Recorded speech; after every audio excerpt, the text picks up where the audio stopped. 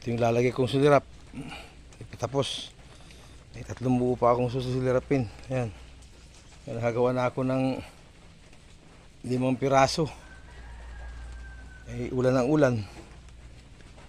Hindi ako makakuha. Pasingit-singit lang ang gawa ko. Ito kakabit ko doon sa bubong ko.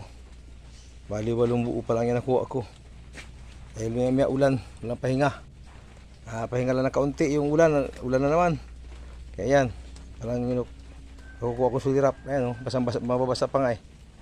Dahil sa ulan na yan, kakabisit na. Lagi na ulan sa Manila, palaging araw. Itong bahay ko hindi pa tapos. Kulang pa ng dingding. Matatapos ko yan. Lagi na lang dadaling pira ko. Umuwi ako, mamasahe lang ang dala ko. Naglulukad muna ako bago ako makabalik sa Manila. Pero matagal-tagal ko malulukad yun. Ako hindi ko alam kung abot hanggang katapusan ay kaya kong matapos ito eh. Pag hindi muna ako uwi sa Manila. Ito muna ako. Tapusin ko muna yung gawa ko dito. Inaanay na nga yung haligi ko. Ano, pabili nga ako ng gamot sa anay. Ano, at naanay na yung visit.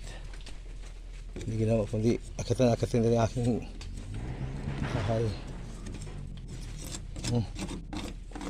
Naanay na. Hindi pa nga natitiran, inaanay na. Yan po, at magandang hapon po sa inyo. Maulang hapon sa inyo lahat.